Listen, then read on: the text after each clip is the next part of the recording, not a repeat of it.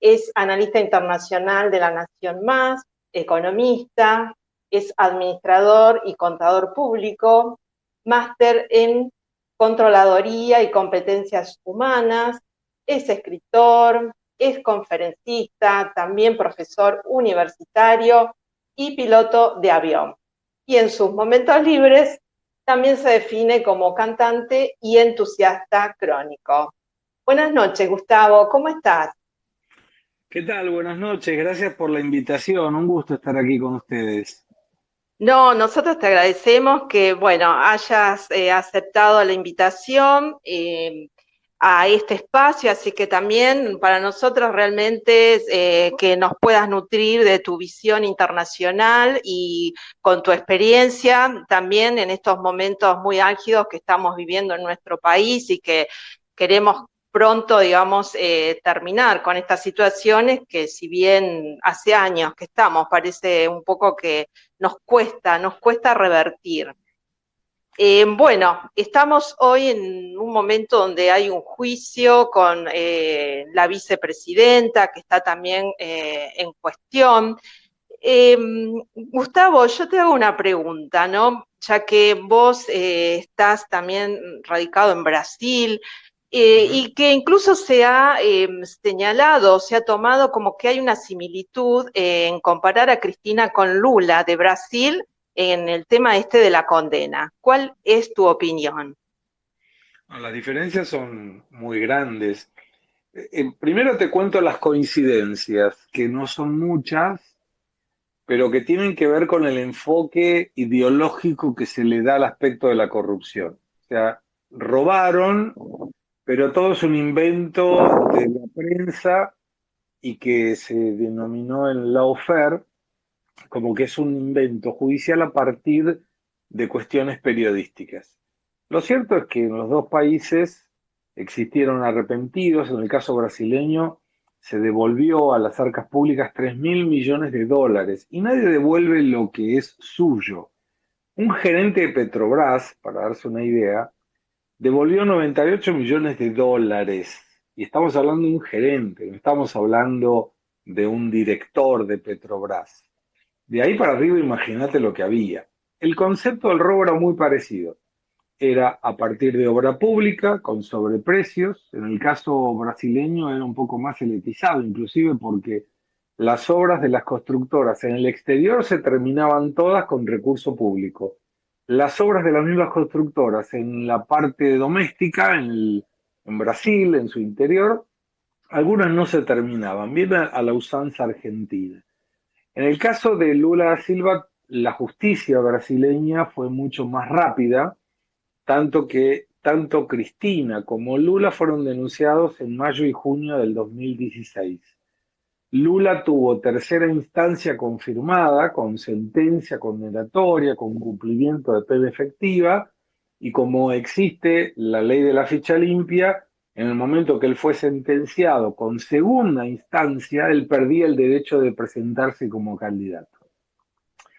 Como había que soltarlo a Lula, porque la derecha avanzaba en función de lo que era un gobierno con una política económica ortodoxa, que ahora la comentamos para que la gente entienda mejor, la Corte Suprema de Brasil, que tiene 11 miembros, cambió la interpretación que le había dado a la confirmación efectiva de sentencia a partir de la segunda instancia, que era del 2016, no estamos hablando de 50 años atrás, donde uno de los miembros, Gilmar Méndez, dijo, no, yo pensé que era una cosa, pero ahora me di cuenta que es otra.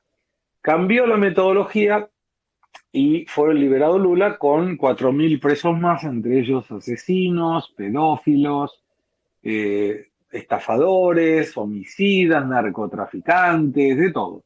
Pero había que soltarlo a Lula. ¿Por qué eso? Porque a la luz de lo que denomino la disonancia cognitiva militante, o sea, aquellos que no interesa lo que le digan va a seguir votando a la izquierda, en este caso al populismo, a Lula, a Cristina o quien sea, había que decirle que el hecho de estar fuera de la cárcel lo transformaba en inocente. Algo que sabemos no es así, pero que en el discurso político se prestaba a esa confusión. Esto lo dejaba en libertad, pero lo seguía teniendo con restricciones electorales por la ley de ficha limpia. Entonces, ¿qué hizo un ministro de los 11? Se dio cuenta, después de la participación e intervención de 20 jueces, 3 instancias, alegatos y recursos en la propia Corte Suprema, que el código postal no debía ser Curitiba, sino que tendría que haber sido Brasil o San Pablo, y anuló el proceso.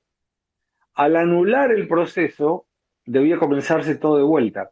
Y por la fecha del ilícito respecto de la cantidad de años de la condena, agregado que Lula ya tenía más de 70 años, el Ministerio Público entendió que era tirar la plata el volver a empezar todos los procesos. Con lo cual le acomodaron el moño de una forma brillante y le sacaron el problema del medio. El problema de estar preso y el problema de, por la ley de ficha limpia, estar imposibilitado de participar.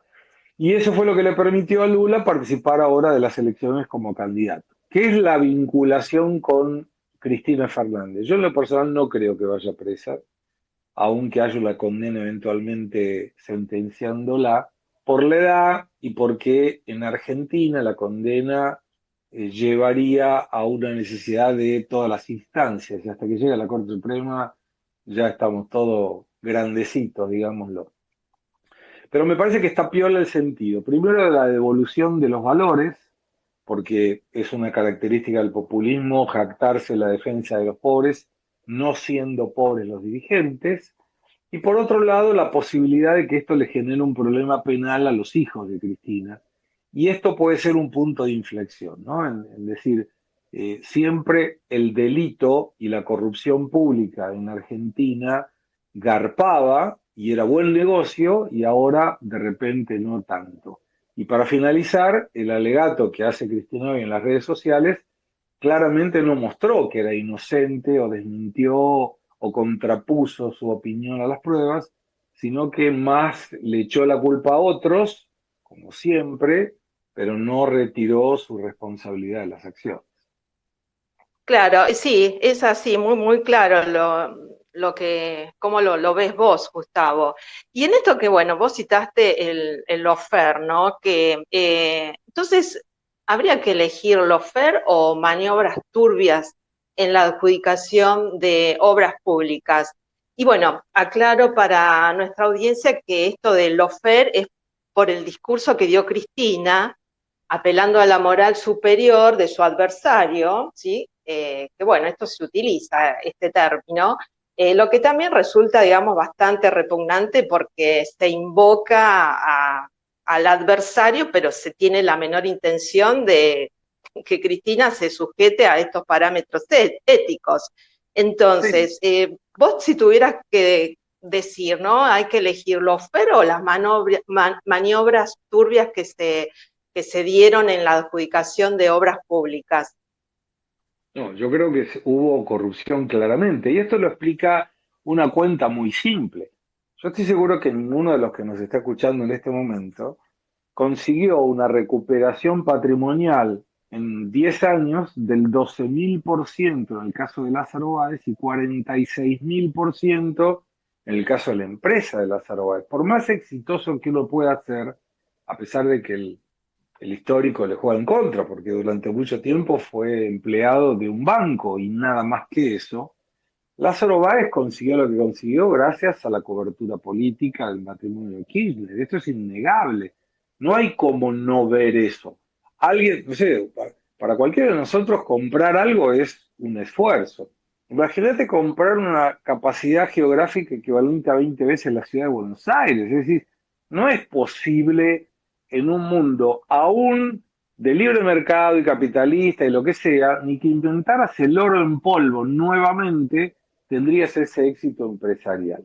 Entonces, lo que a mí me da la sensación es que primero hay que buscar la manera de que esto no ocurra nuevamente. Y para eso hay que colocar eh, lugares de contralores en lo que son puntos neurálgicos en la contratación pública, entre ellos la construcción. Esto es fundamental.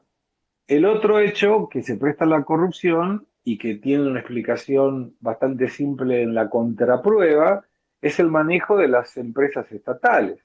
Cito el caso de Brasil, donde el gobierno de Lula y Dilma todas las empresas estatales daban pérdidas millonarias. Y hoy en el gobierno de Bolsonaro todas las empresas estatales dan ganancias millonarias. ¿Y cuál es la diferencia? El mercado era el mismo, estamos hablando de empresas, algunas de ellas con visos internacionales como Petrobras, otras no. Petrobras en el gobierno, que sería como la YPF nuestra, en el gobierno de Dilma y de Lula, se convirtió en la empresa más deudora del mundo.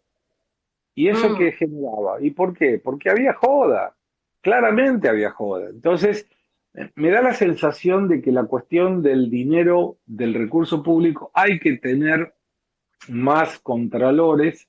La transparencia en la información ayuda, algo que este gobierno en Argentina ha retirado, y sobre todo en la cuestión de a quién se le habla. Y cuando uno le habla a la militancia, como el discurso de hoy de Cristina, tiene un efecto para la persona que le tiene que generar la convicción de que la defiende a Cristina con razón, porque yo la veo a Cristina y me convenció de que es inocente. Ese es el discurso. Pero no va a convencer a aquel que uno analiza las pruebas con objetividad o aún con subjetividad, donde dice, chicos, no me queda claro. Es que uno trata de guardar el manguito todos los meses y la hija de una presidente que por más éxito encomiable que pueda haber tenido en su carrera de abogada, si es que se recibió abogada, le vaya tan bien como para dejarle una donación a su hija de 5 millones de dólares. Son números que impresionan. Y sin contar esto, bueno, obviamente con la defensa hacia la pobreza, claramente con un efecto de decir yo te cuido, pero yo no soy pobre. Y lo mismo aplica a Lula, volvemos a las coincidencias. Lula es el jefe de los pobres y declaró, en una declaración, como todas las declaraciones de los políticos, mentirosísima, un patrimonio de 1,5 millones de dólares. Claro, Lula. sí.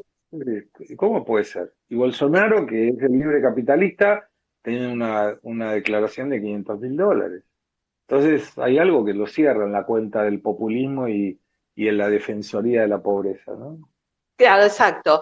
Y también esto, ¿no? Incluso las invocaciones de Cristina. ¿Vos cómo ves la causa de Cristina? Precisamente por el tema este de vialidad, que se la contrapone con el caso de Vicentín en cuanto a hechos de corrupción. Es que toda la corrupción es mala, no importa si es en el ámbito público o privado. De cualquier manera siempre es mala y hay que combatirla, no importa lo que genere. A mí me da la sensación, y tomo esto como un gancho, de que es un buen momento para plantear reformas. Por ejemplo, una de las reformas que cuando yo la proponía en Republicanos Unidos, muchas personas me decían, pero eso no se puede hacer, es ¿por qué los políticos mandan a la población, en la gran mayoría, sobre todo la población que dicen defender de bajos recursos, a hospitales públicos, pero cuando ellos tienen algún problema de salud van a hospitales privados, sanatorios? Mi propuesta era que tanto los políticos como los empleados del Estado, como sus familiares directos, tengan que utilizar el sistema público de salud y el sistema público de educación. Y eso seguramente iba a generar mayores recursos tanto para los hospitales como para las escuelas, porque Claro, nadie quiere que un hijo se le muera en un hospital público, mucho menos que sea un bruto estudiando en una escuela pública. Sobre todo porque la escuela pública, y muchos de nosotros estudiamos en la escuela pública, daba orgullo de decir, yo estudié en la escuela pública. Yo tengo mucho orgullo de decir, estudié en la escuela pública, en la primaria, en la secundaria y también en la universidad. Y siento orgullo de poder decir eso. Y hoy el hecho de ir a un hospital público o una escuela pública, a veces te gente decir, mira, pobre, y no debería ser así. Entonces me parece que hay un cambio necesario en la relación del político con el pueblo, donde deberían estar más cercanos en las necesidades y en las ventajas, tanto de uno como del otro, me parece. no, está bien. Bueno, acá le damos el paso a Valentín. Dale, ¿Qué tal, Gustavo? ¿Cómo estás? Es muy nada, un bien. gusto escucharte siempre. La verdad que bueno, quería aprovechar que te tenemos y llevarte en este caso a hablar de Argentina también. Dale. Eh, y más bueno, respectivo a lo que es el acuerdo con el Fondo Monetario Internacional, quisiera saber, nada, si consideras que estuvo bien el acuerdo que hizo el gobierno con el fondo en general, y nada, ¿qué pensás de estos recortes nominales del gasto, como aumento de tarifas o menores subsidios a la energía y transporte para bajar la inflación? ¿Cómo ves Mira, todo ese panorama y estas medidas? te respondo primero lo del fondo. Cuando uno va al fondo es que el mercado te cerró las puertas. No hay otra, no hay ningún motivo para ir sin que tengas la necesidad de un financiamiento que nadie te otorga. Es más o menos como decir, yo tengo un tío en la familia que es muy rígido, que está lleno de plata, pero no le vayas a pedir porque te lo va a refregar toda la vida. ¿Cuándo es que vas a ese tío? Cuando no tenés ningún otro tío de los buenos que te preste más plata. ¿Y por qué uno va al fondo? Dentro de las cuestiones financieras, los acuerdos con el fondo en general tienen buenas tasas de interés en relación a lo que paga el mercado, a lo que cobra el mercado. Entonces, a mí no me asusta en lo inicial el acuerdo con el fondo. ¿Cuál es la desventaja para el país cuando el fondo te presta? Se te mete en las cuentas públicas y te da metas a cumplir. Y esta colocación a muchos, sobre todo de gobiernos de izquierda, les da urticaria, porque no quieren que nadie les diga lo que tienen que hacer o cómo tienen que gastar la plata. Pero el acuerdo del fondo en sí no me parece malo por el hecho de ser del fondo. Me parece malo por el cual uno llegó a esa instancia. Y ahí es importante mencionar, y esto tiene que ver con una culpa, pero innegablemente, de Juntos por el Cambio, de no haber sabido administrar las cuestiones económicas sin colocarlas en un vínculo político. Cuando uno hace una memoria, ¿cuándo empezó el problema de Argentina? En el momento que Marcos Peña interfiere en una conferencia de prensa del presidente del Banco Central y establece las tasas de interés al 38%.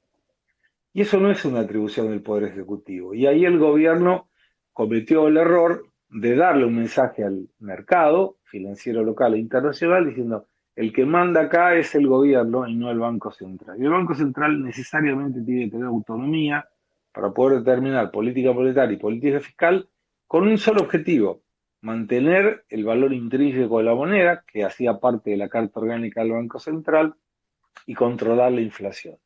Ahora, vinculado con tu pregunta, ¿qué es lo que debería hacerse para bajar la inflación y qué opino de las restricciones de gasto que ha colocado Massa y las que hoy colocó Rubinstein?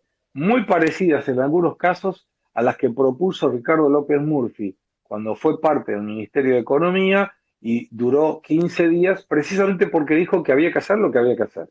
Bueno, en este caso en particular, la reducción del gasto público es necesario para conseguir un único objetivo, que se llama superávit fiscal. Todos los que aquí estamos, seguramente nos preocupamos mucho porque nuestro gasto mensual sea menor al de nuestros ingresos.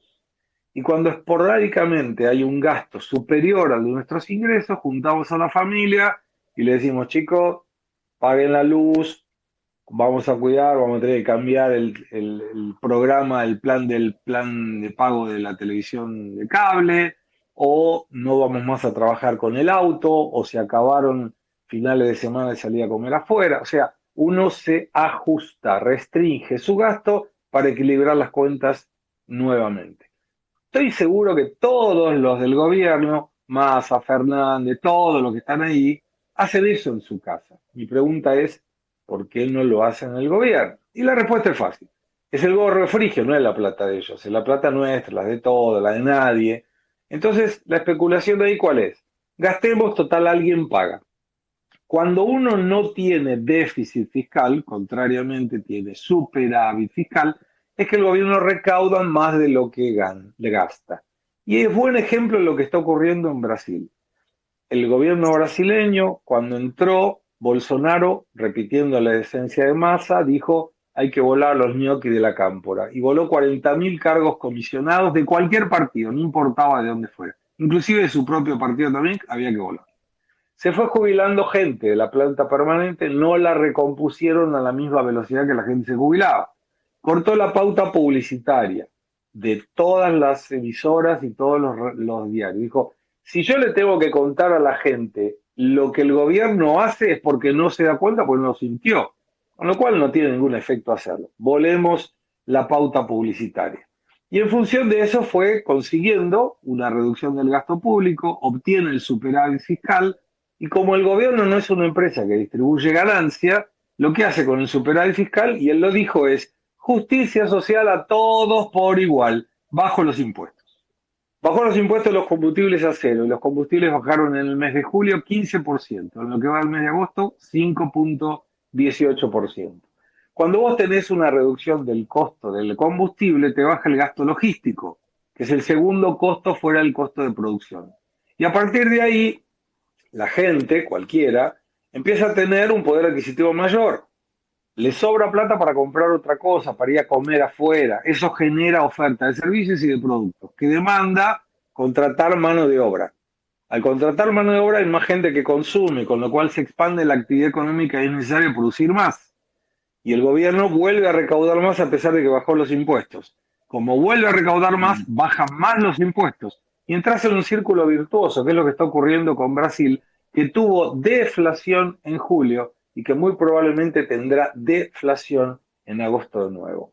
Con todo el mundo yendo en el sentido contrario. ¿Y solamente por qué? Controló el gasto público. Nada más. Sí, la verdad que es bastante lamentable toda esta situación porque el panorama, por lo que vos nos estás comentando, no es para nada alentador. Bueno, pasamos, Charlie, que también tenía algo para preguntarte. ¿Qué tal, Gustavo? ¿Cómo estás? Un gusto, un placer tenerte hoy en los Spaces de Republicanos Unidos. Voy a ir un poquito para atrás antes de hacerte la pregunta que quería, porque es un dato que me acaba de alcanzar un compañero, Gabriel Alfi, que tiene que ver con lo que comentabas del enriquecimiento, del uso de los caudales públicos, etcétera. Mira, Mario Raúl Negri estuvo publicando hace unas 4 horas una comparativa del crecimiento de las principales empresas de tecnología entre el 2013 y el 2015. Sí. Tiene unos datos que dice ahí. Apple creció entre el 2013 y el 2015 8.744%. Apple. Amazon 1.693%. Microsoft 120%. Google 1.285%. Austral Construcciones, en el mismo periodo, es decir, de 2003 a 2015, 45.313%. Claro, es lo que mencioné antes, sí. Y Lázaro Báez, 12.000. 12.127% el crecimiento patrimonial personal de Lázaro Báez. Sí. Es impresionante y bajo cualquier punto de vista de lógica, ya no hace falta ser un analista ni un jurista, bajo cualquier punto de vista de lógica, está claro, todas estas cosas están gritando la culpabilidad de Cristina. Bueno, quería comentar esto porque me había quedado colgado de lo que estabas conversando anteriormente. Ahora te hago la pregunta que tiene que ver con economía, ¿puede ser? Claro, lo que quieras. Si no, te puedo pedir que cantes, porque yo sé que cantás muy bien. Gracias. No, vamos a la economía mejor. A ver, ¿qué pensás, Gustavo, con el nombramiento de Massa como ministro de Economía? Y si vos pensás que puede realmente, con las medidas que está llevando adelante y lo que es su lobby político, revertir la situación de crisis que estamos viviendo.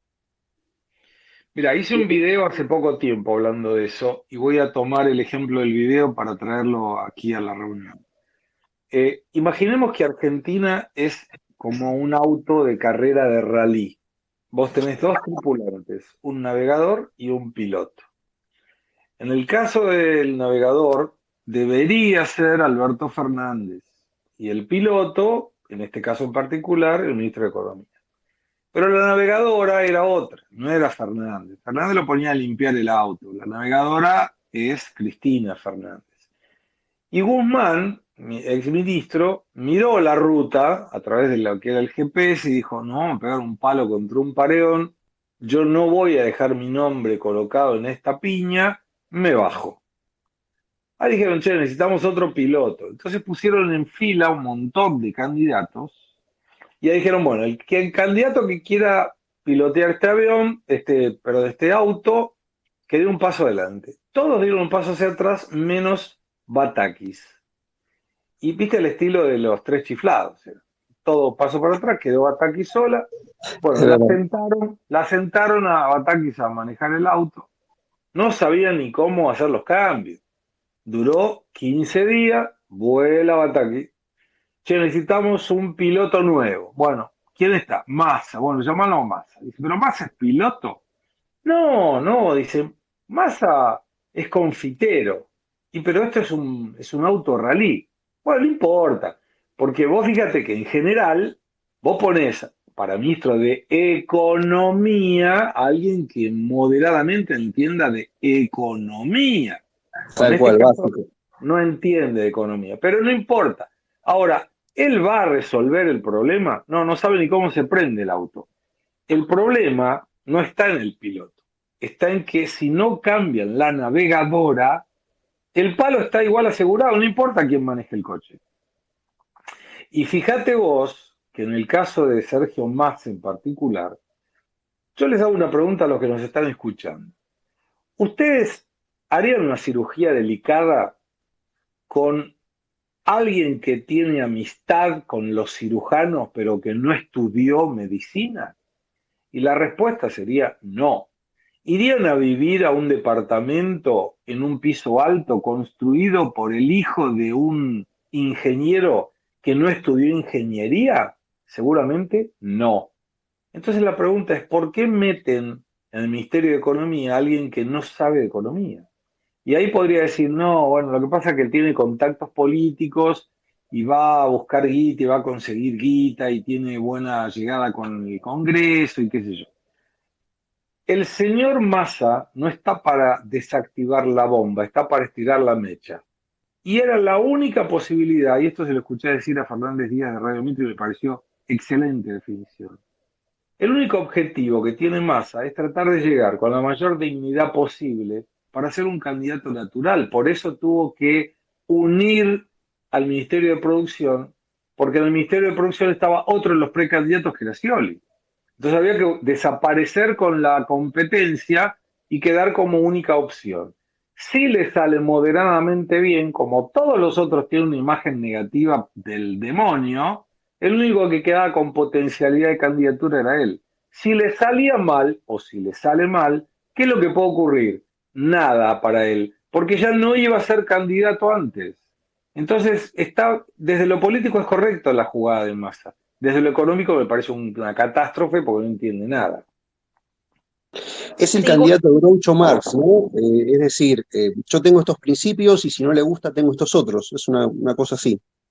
No, es una barbaridad. No hay cómo vos tener una perspectiva de mejora con un ministro como Massa, donde cambió su discurso varias veces, donde es el sinónimo del panqueque, del valijero y bueno, de todo lo que uno de, de alguna manera cuestiona y no está de acuerdo en la política.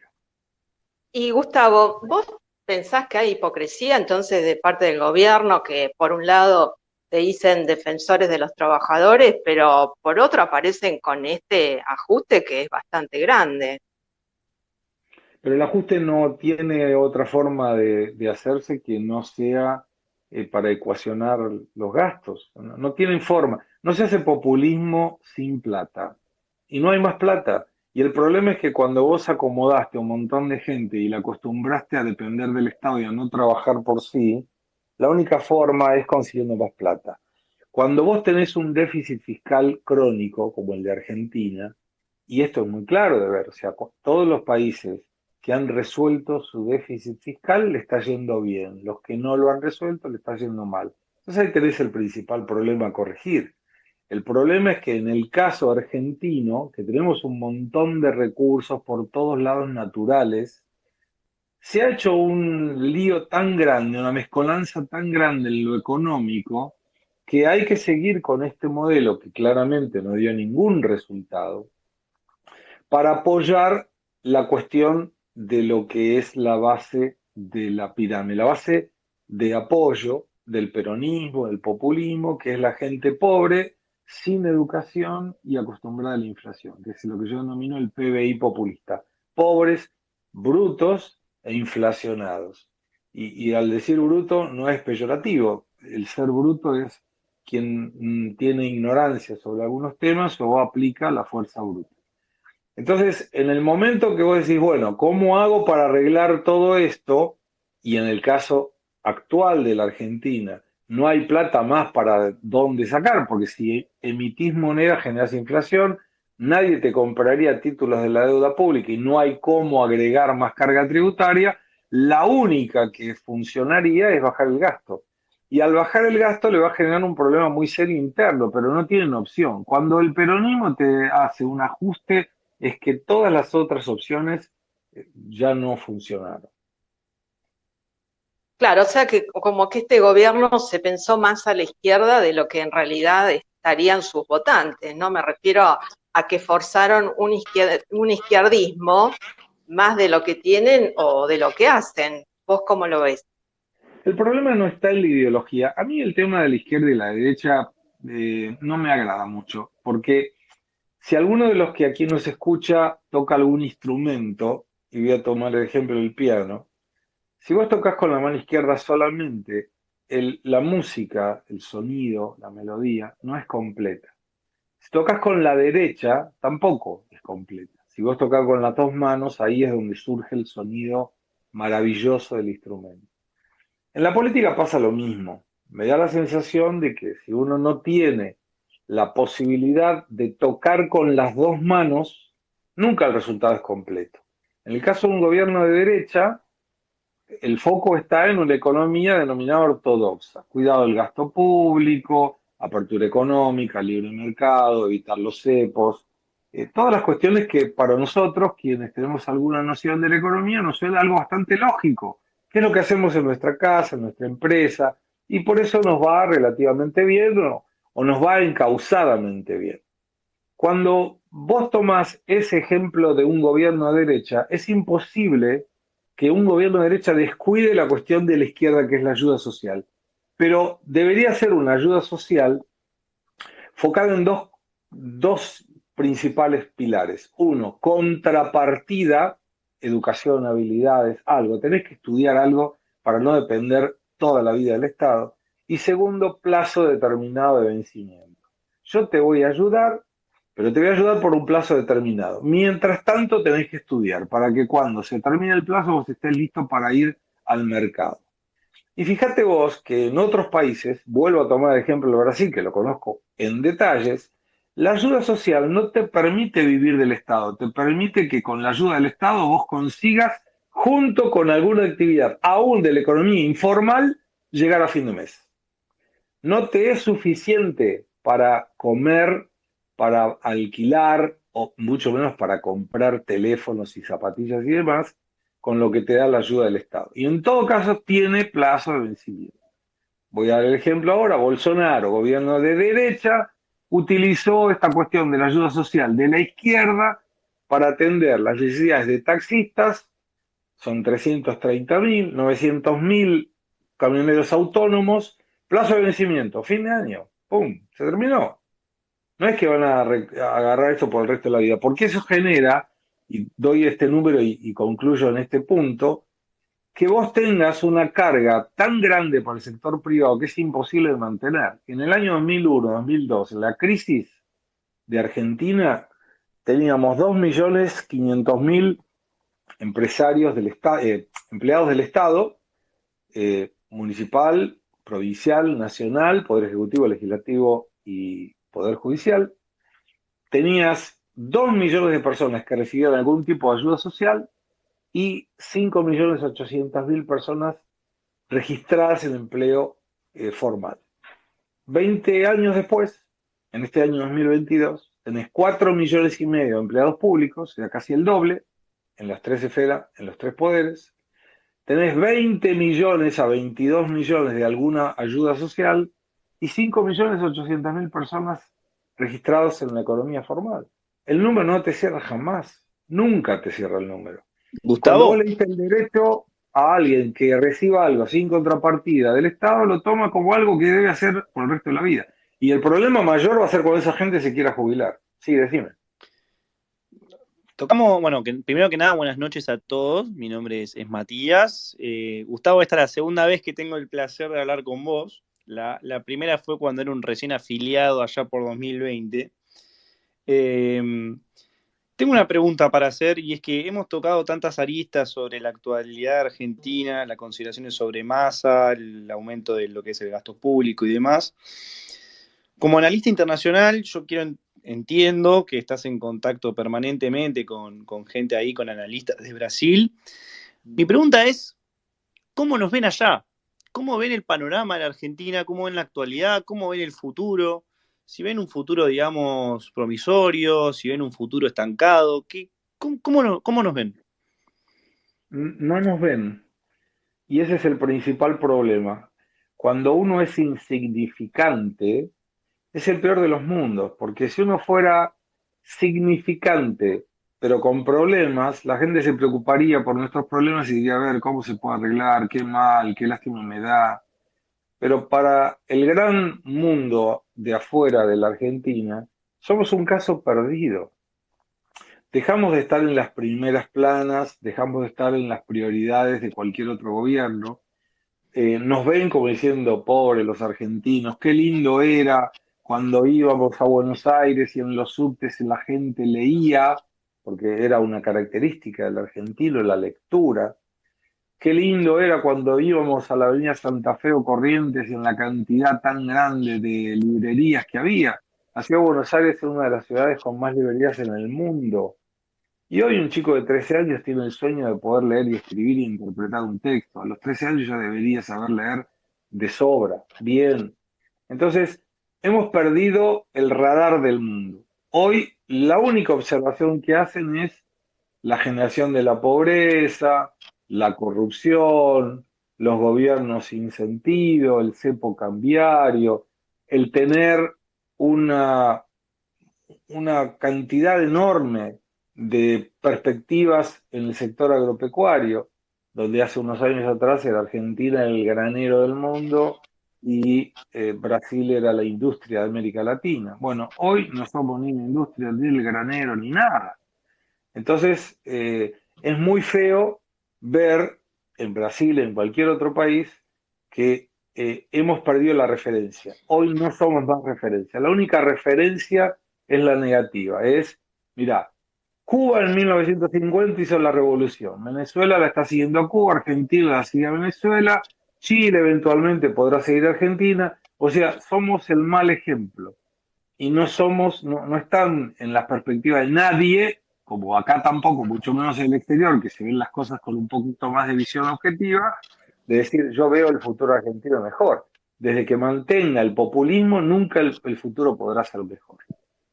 Pero eso, bueno, eso quizá desde un punto de vista, no sé si hablabas más que nada sobre la sociedad en sí, pero a ver, teniendo en cuenta que Argentina y Brasil son socios, digamos, regionales, tenemos la cuestión del Mercosur y demás, los analistas políticos, en mi consideración, o sea, creo que, digamos, están en constante, digamos, análisis y, digamos, buscan información constantemente y buscan estar en contacto constantemente con representantes argentinos, más que nada por los vínculos comerciales que tenemos. Bueno, creo que Brasil, si no es nuestro segundo o tercer socio comercial más grande, pega en el palo. Y eso también es una pregunta que quería hacerte. Es el primero. Sí, es el primero, es el primero. No me acuerdo, creo, si mal no recuerdo, creo que la balanza comercial que tenemos con Brasil arroja un saldo negativo. Sí. ¿Qué posibilidades ves o qué opciones vos considerás como factibles como para intentar ajustar un poco ese balance, ¿no? Y que lleve a un resultado quizá un tanto menos negativo o quizá, digamos, en términos de balance de equilibrio, bueno, en su defecto una balanza positiva creo que se ha tenido, digamos, no sé si a comienzo del siglo o demás. No, tuvimos, mira, Brasil para nosotros es el principal socio. Para Brasil nosotros no somos el principal socio. El impacto de Argentina dentro de las exportaciones brasileñas en el año 2000 representaba el 10 a 12%. Hoy no llega al 3%. Y nadie se preocupa por un cliente que genera el 3% de las ventas. Nadie, nadie. Eso explica por qué para Brasil nosotros somos insignificantes. Ni siquiera se preocupan cuando Argentina pone trabas, porque eso debería habilitar a un cuestionamiento diplomático. Dicen, no, déjalo que pongan trabas, no pasa nada. porque el impacto dentro del flujo de comercio es muy bajo. Brasil tuvo desde el año 2003 a la fecha un superávit de la balanza comercial que sumado te da unos 55.000 millones de dólares. Argentina en el año 2021 tuvo un superávit muy modesto, fueron 66 millones de dólares, pero superávit al fin. ¿Y por qué no se puede regular la cuestión del comercio, el equilibrio en la balanza comercial? Porque los países no compran ni venden. Los que compran y venden son las empresas que en los países están. Y como vos en Argentina tenés un dólar ficticio, que es el oficial, donde además del dólar ficticio te ponen retenciones a las exportaciones con el dólar ficticio, no es negocio exportar. Un productor de soja de Estados Unidos con una soja cuya tonelada está a $540 recibe $540 billetes verdes. Un productor de soja de Uruguay recibe 510 o 12 dólares verdes. Uno de Brasil recibe entre 508 y 510 dólares verdes. ¿Cuánto recibe un productor exportador de soja argentina? 144 dólares verdes. Entonces, a nadie se le ocurre decir, che, yo voy a invertir, primero porque no puedo comprar máquina del exterior, que me mejoraría la productividad, sino que no tiene sentido invertir, porque yo voy a cobrar poca guita, no me va a resultar un buen negocio exportar, ni a Brasil ni a ningún lado. Entonces, hasta que Argentina no sincerice su mercado de cambio, su mejora de productividad, y ahí es donde creo que hay que dejar el mensaje. El próximo gobierno argentino, que no será de la izquierda ni del populismo de izquierda, que es kirchnerista, tiene que ser un gobierno, a mi modo de ver, de transición. Tiene que ajustar con el Congreso y decir, muchachos, dejémonos de joder, tenemos que hacer ley de reforma laboral, ley de reforma sindical, ley de reforma previdenciaria. Mi propuesta, y lo he hablado con Ricardo López Murphy, ley de responsabilidad fiscal. ¿Qué es esto? Una ley de responsabilidad fiscal que determine que si Patricia es el día de mañana jefa de gobierno de la ciudad de Buenos Aires, ella no se puede ir de su mandato con una deuda mayor a la que tomó. Por ejemplo, que no puede haber afectación de contratación de mano de obra del Estado más que un porcentaje sobre la recaudación. Que no se pueden aumentar los tributos, lo que hay que hacer es bajar el gasto. Eso se hace a través de una ley de responsabilidad fiscal. Otra ley que determine techo de gastos.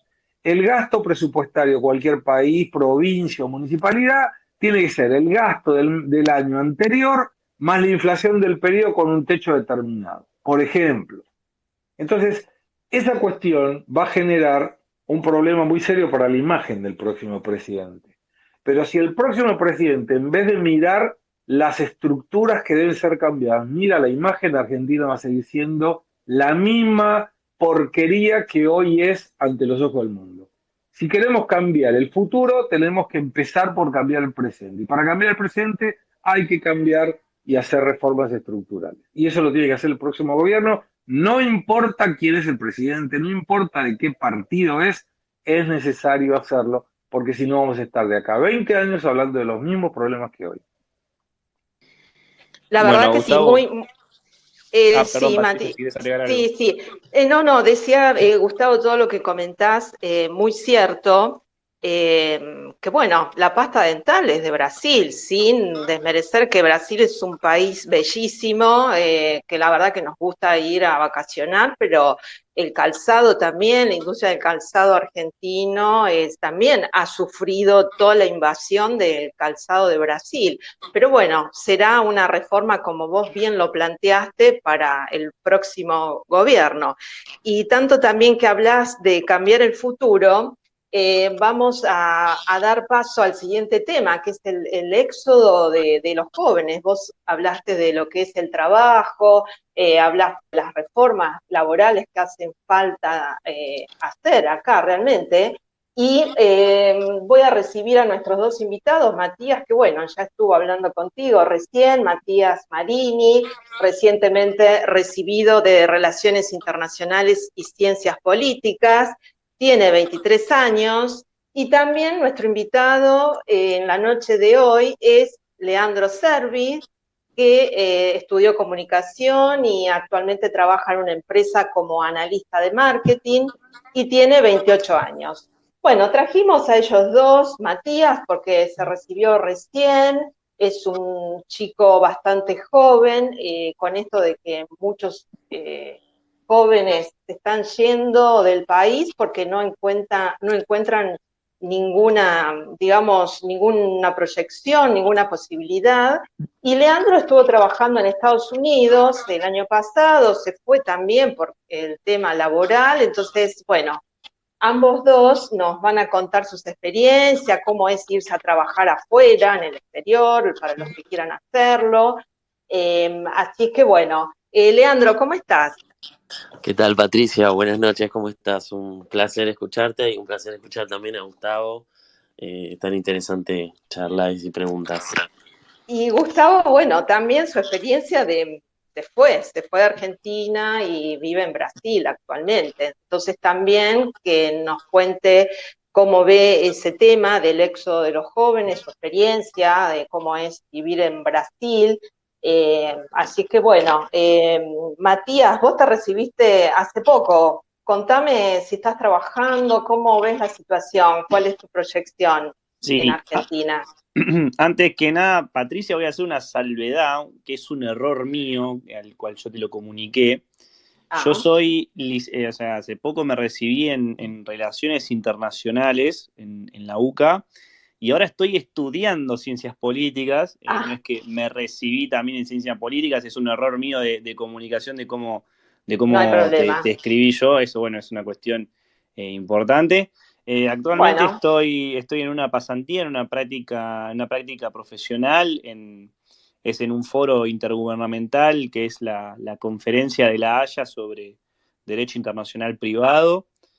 Más o menos mi tarea y la tarea de la conferencia es entrar en contacto con distintos países de lo que es América Latina y el Caribe para que adopten en sus marcos jurídicos los distintos convenios referidos al derecho internacional privado sobre, por ejemplo, adopción de niños, protección de adultos, cuestiones migratorias y demás. Nada, la verdad que para mí es un privilegio poder estar, digamos, tener una práctica profesional que ya esté vinculado, digamos, tan en profundidad a lo que yo estudié y, y a lo que a mí me gusta. Es y una te hago práctica, una pregunta, sí, Matías. Vos en tu búsqueda laboral, ¿te fue fácil conseguir trabajo? ¿Cómo encaraste el tema?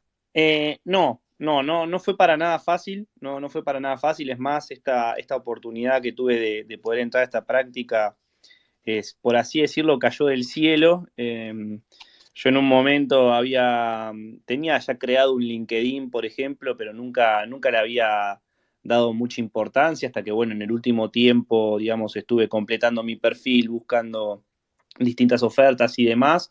Y esta pasantía la obtuve, digamos, a partir de una recomendación de una compañera mía, que ella ya estaba terminando la pasantía y bueno, habíamos estudiado juntos, habíamos compartido materias y cursadas, por así decirlo, y bueno, acercó mi currículum, fui su recomendación, tuve la entrevista, tuvieron la entrevista a otros chicos, y bueno, para la misma semana que me recibí de relaciones, fue la misma semana que me confirmaron que ingresaba en el trabajo.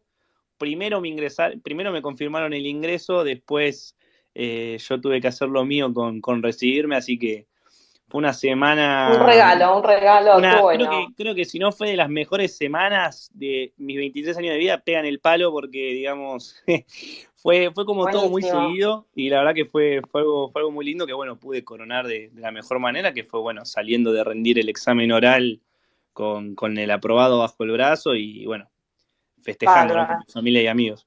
Sí, y hay algo que a mí me llamó la atención. ¿Vos estás cobrando una remuneración? ¿Te pagan un sueldo? No, Mm. no es remunerada, no es remunerada, pero si tengo que ser sincero en ello, digamos, cuando tuve la entrevista y me comentaron que no era una entrevista, que no era una práctica remunerada, sinceramente no es que bajé los brazos, digamos, o no es que me generó como una decepción o algo por el estilo. Eh, la mirada que yo tengo es que, bueno, hoy en día es muy difícil para un joven conseguir trabajo y es muy difícil para un joven conseguir trabajo de aquello a lo que se dedicó, digamos, más que nada cuando estudiamos ciencias políticas, relaciones internacionales y demás. Entonces, yo vi esto como una oportunidad para ir incorporando mis primeras, mis primeras armas, digamos, en el ámbito laboral, que, bueno, no siempre fui bastante, digamos, responsable en ese sentido, porque, bueno, en mi facultad estuve involucrado en el centro de estudiantes, tuve responsabilidades para con mi centro de estudiantes, eh, tengo, digamos, responsabilidades también en lo que es la juventud de Republicanos Unidos, y la verdad también es una responsabilidad bastante No, grande muy buena tu que, participación, sí, sí, que la verdad que Una lo eso, cosita, conozco. eso Patricia Matías, cuando... permítame una cosita. Sí. Es muy oportuno lo que dice Matías, y yo tengo un hijo de 25 años y una hija de 23, ambos recibidos. En el momento en que vos salís al mercado, lo importante es lo que yo denomino juntar líneas en el currículum. Esto quiere decir, no importa si te pagan o no, lo importante es aprender y ganar experiencia. Y Ujú. que vos el día de Coincido. mañana en tu currículum vas a decir, yo participé de este tema o de esta asociación o esta empresa o lo que sea. Porque el dinero es consecuencia y en general los jóvenes cuando no perciben que tienen un futuro bueno, como lamentablemente no se observa en Argentina, buscan la opción de irse al exterior, pero hay que tener cuidado porque de nada sirve irse al exterior si uno no tiene como objetivo el trabajar en lo que estudió, porque eso te frustra. No sé si Leandro también está en el exterior o fue al exterior. Yo en mi experiencia, yo me fui del país, conocí a Brasil con 18 años, armé mi propia empresa en Brasil con 21 años y no me fui porque el país estaba mal, sino porque mi padre había sido transferido del Banco de la Nación Argentina a la sucursal de San Pablo y me gustó el país, la gente, la idiosincrasia y la potencialidad de crecimiento. En ese momento, el Producto Bruto Interno de Argentina y Brasil era igual. Y hoy el Producto Bruto Interno del Estado Provincial de San Pablo es 2 veces el de Argentina, ni hablar el de Brasil. Pero cuando uno visualiza el hecho de irse hacia afuera, ojo que no son todas flores, ¿eh? Hay desarraigo, se extraña un montón. En mi caso en particular, 2 horas y media de vuelo y estoy acá. Pero cuando yo me fui a Brasil, me tenía que ir de bondi porque no tenía plata para el avión. Dormía en la oficina porque no me alcanzaba para tener el alquiler de un departamento y el alquiler de una oficina. Llegué a tener días en que no podía comer 3 comidas. El dulce de leche era leche condensada, calentada en una olla de presión, y el televisor era compartido con mi hermano, blanco y negro. Uno miraba acostado en un sofá y otro se arrodillaba porque si no, no conseguíamos mirar. Entonces, cuando uno sabe que va al exterior, tiene que hacer sacrificios. Y ahí la reflexión es, ¿por qué no intentar que ese sacrificio que tendríamos que hacer en el exterior no lo pudiéramos hacer en el país? Porque hay una cuestión muy fácil de decirle, yo me voy porque no veo futuro. Cuando la duda es, ¿por qué no hacemos algo para mejorar tu futuro, mi futuro y el de los otros también? Sí, Sí, sí, obvio. exacto. Bueno, Leandro, contanos brevemente tu experiencia. ¿Estuviste en Estados Unidos? ¿Por qué te fuiste? ¿Y por qué Sí, volviste también? la gran Así, pues, sé pregunta también que que, me hacen muchos perdón, sí, amigos, sé que ¿no? ¿Por qué Gustavo volviste? está perdón, sí, sé que Gustavo está con la agenda, así que te pido brevemente, así Gustavo nos puede hacer una devolución. Sí, sí, claro, claro. No, básicamente sí, esa pregunta que decías, que muchos amigos me hacían, ¿por qué volviste, no?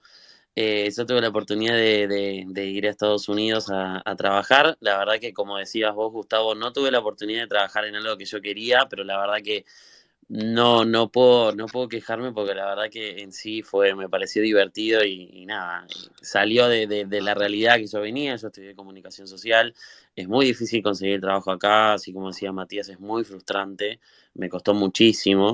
Y bueno, sentía que no tenía salida y bueno, se me dio la oportunidad de tener conocidos allá que me decían, che, animate, aunque sea un tiempito, fíjate, podés juntar algo de plata, qué sé yo, y bueno, surgió la oportunidad de viajar. Viajé casi en plena pandemia, en noviembre Pero de vos estuviste 2020. trabajando acá, contá la experiencia que estuviste trabajando acá, ¿qué te pasó? Acá estuve trabajando también de algo que no era lo mío, trabajaba en la parte administrativa de una empresa, pero bueno, nada, era un trabajo part-time, pero con a full, trabajando todos los días y con mucha carga, y me daba por la posibilidad de estudiar al ser part-time, y bueno, de un día para el otro me avisa el jefe, esto fue en el 2018, que bueno, que estaban recortando personal.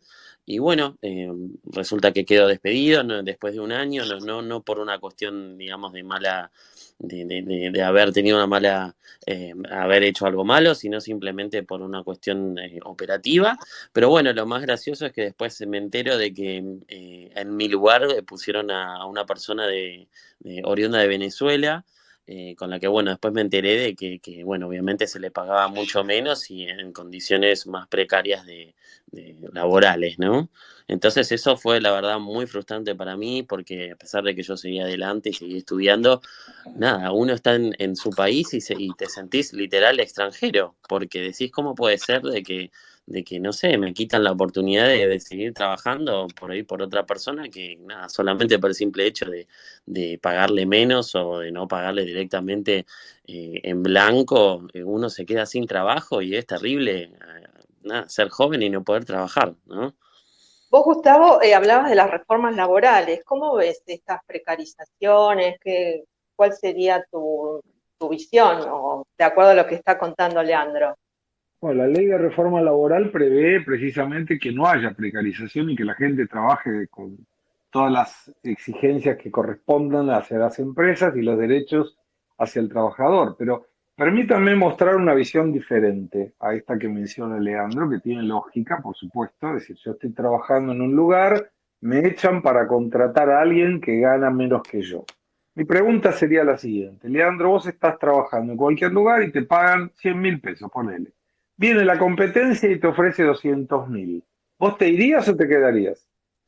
Yo, bueno, en principio te diría que sí, pero bueno, también evaluaría cómo es la otra empresa y bueno, No, está y cuál bien. es el ámbito laboral.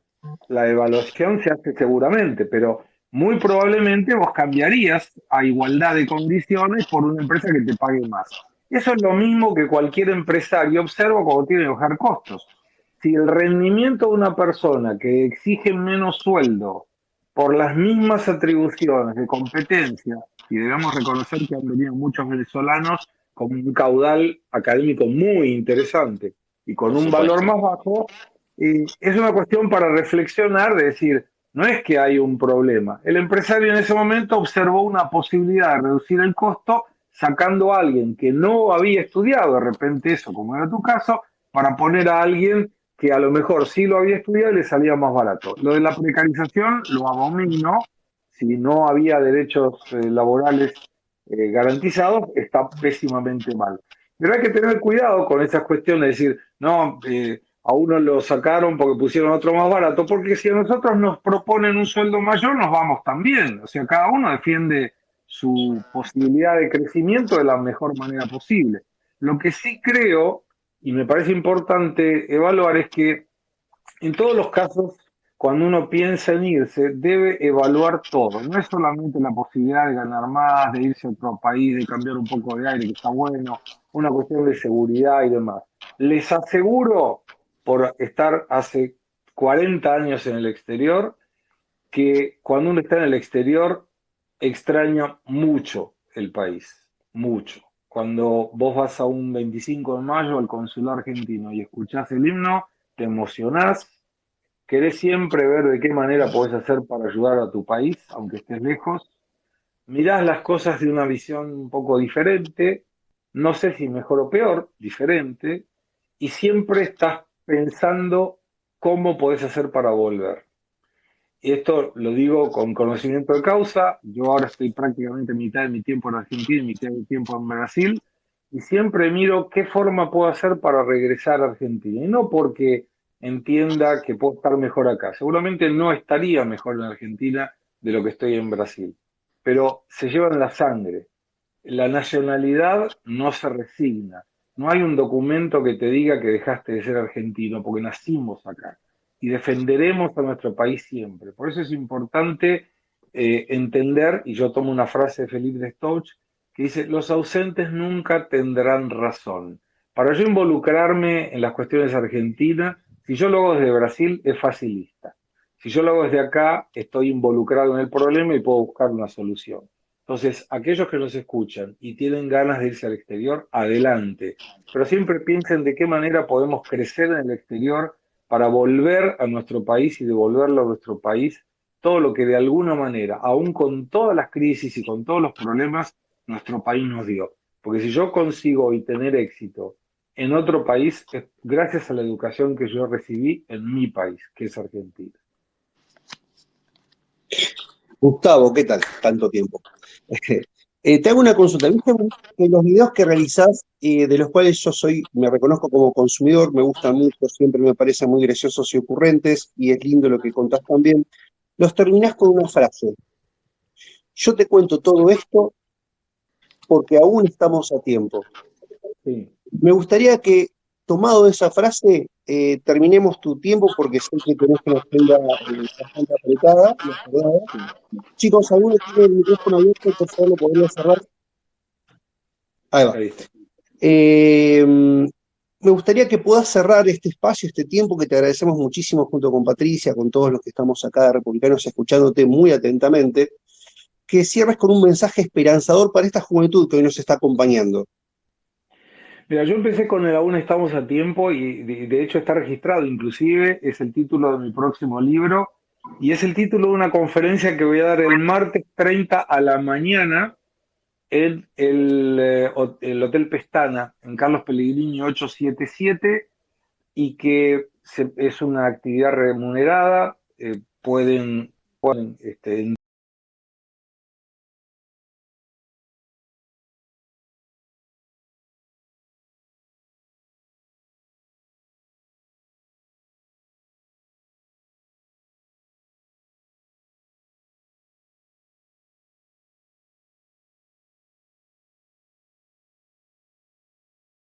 entrar sin tener que pagar absolutamente nada en cualquiera de las dos conferencias, que es la conferencia del martes, la mía, aún estamos a tiempo, y la conferencia del miércoles, Vendedores a Vender. Y esta cuestión de aún estamos a tiempo surgió porque en el año 2016 yo fui diagnosticado con cáncer de piel. Y cuando vos tenés un golpe de esa forma, que alguien toca el timbre y te dice, mirá que en cualquier momento partiste, te fuiste, vos entendés que la perspectiva de la vida cambia.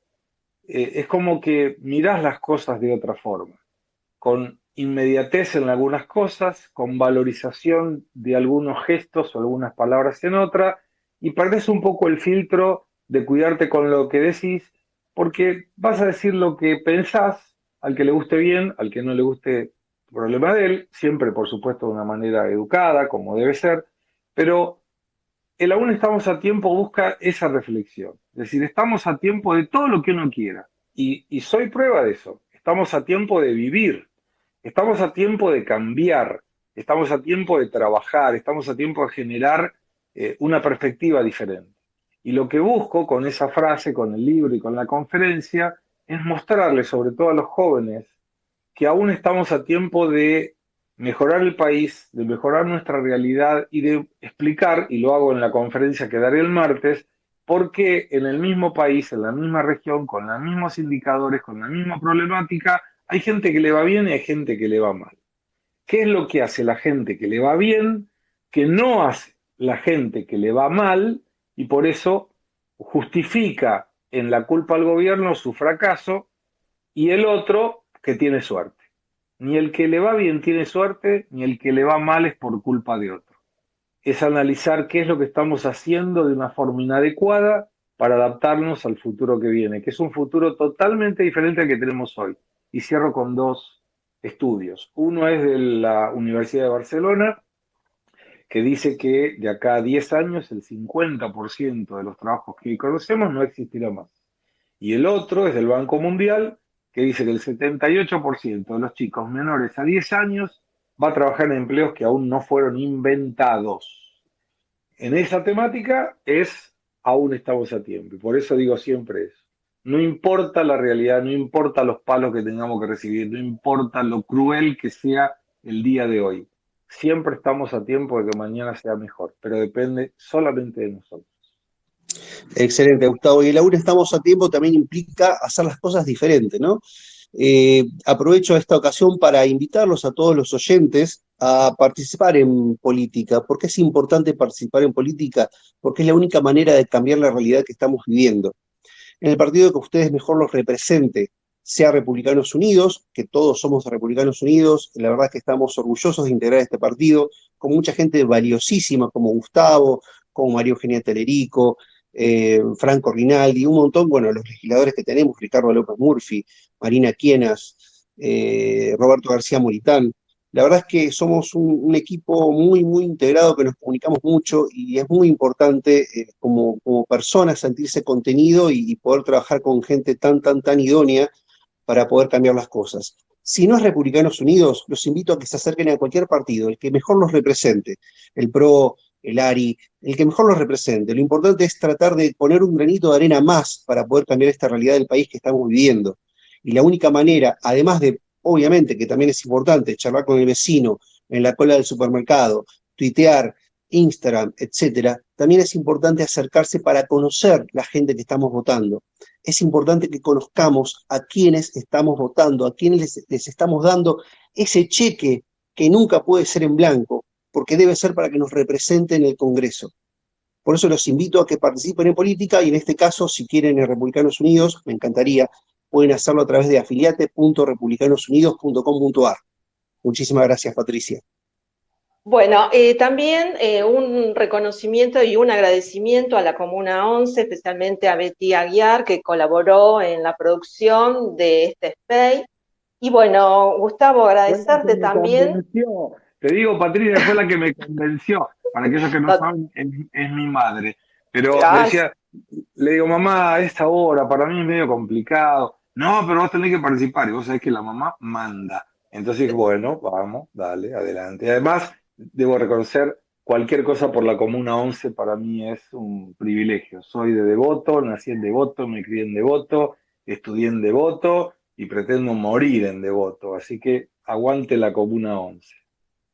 Bueno, la verdad que escucharte, Gustavo, en estos space, en tus charlas, en la conferencia, que bueno, vamos a estar ahí el martes, es todo, es decir, son todas tus palabras muy motivadoras, así que te agradecemos enormemente. También agradecemos a Leandro, que nos compartió su experiencia, también a Matías, que también nos trasladó todas sus inquietudes. Y bueno, estamos cerrando este space, los convocamos a nuestros oyentes para una próxima edición, el próximo martes. Y bueno, Gustavo, estaremos en contacto, nos seguiremos viendo y muchísimas gracias, aún estamos a tiempo. Patricia. Siempre estamos sí. a tiempo. ¿Me permitís citar a Carlos en una cosa? Que por Carlos, favor, sí. Carlos mencionó de invitar a los distintos oyentes para que participen en política, los invitó también a participar de Republicanos Unidos. Yo voy a hacer honor a esas palabras y a aquellos jóvenes que estén acá presentes en el space, los invito también a involucrarse no solamente en los partidos, sino también en la juventud de los distintos partidos a los cuales se quieran afiliar, si puede ser. Si es Republicanos Unidos, sepan que tienen las puertas más que abiertas, que vamos a recibirlos con un gran grupo humano, porque para mí, a mi modo de consideración, no podemos hablar de un futuro, digamos, de los distintos partidos políticos si no tenemos juventudes sólidas, y las juventudes sólidas se conforman a partir de nuevos miembros de dichas juventudes, así que a los jóvenes también los invito no solamente a participar de la política, no solamente a involucrarse en los distintos partidos políticos y en sus juventudes, pero obviamente los invito a formar parte de la juventud de Republicanos Unidos, que bueno, tenemos muchas ganas de ir para adelante y de formar un muy lindo proyecto para el futuro. Bueno, gracias. Los liberamos a todos, Leandro, Matías, Gustavo, la verdad que su participación estuvo pero más que brillante. Muy agradecidas y buenas noches. Muchas gracias por todo. Chao, hasta Quiero luego. aprovechar para dar un saludo a Connie Garcés, que también está como oyente. Muchísimas gracias, Connie. Gracias. Un beso, Connie. Hasta luego. Un Gracias, fuerte gracias. abrazo. Hasta luego. Gracias, Chao, Gustavo. chao. Chau, chau.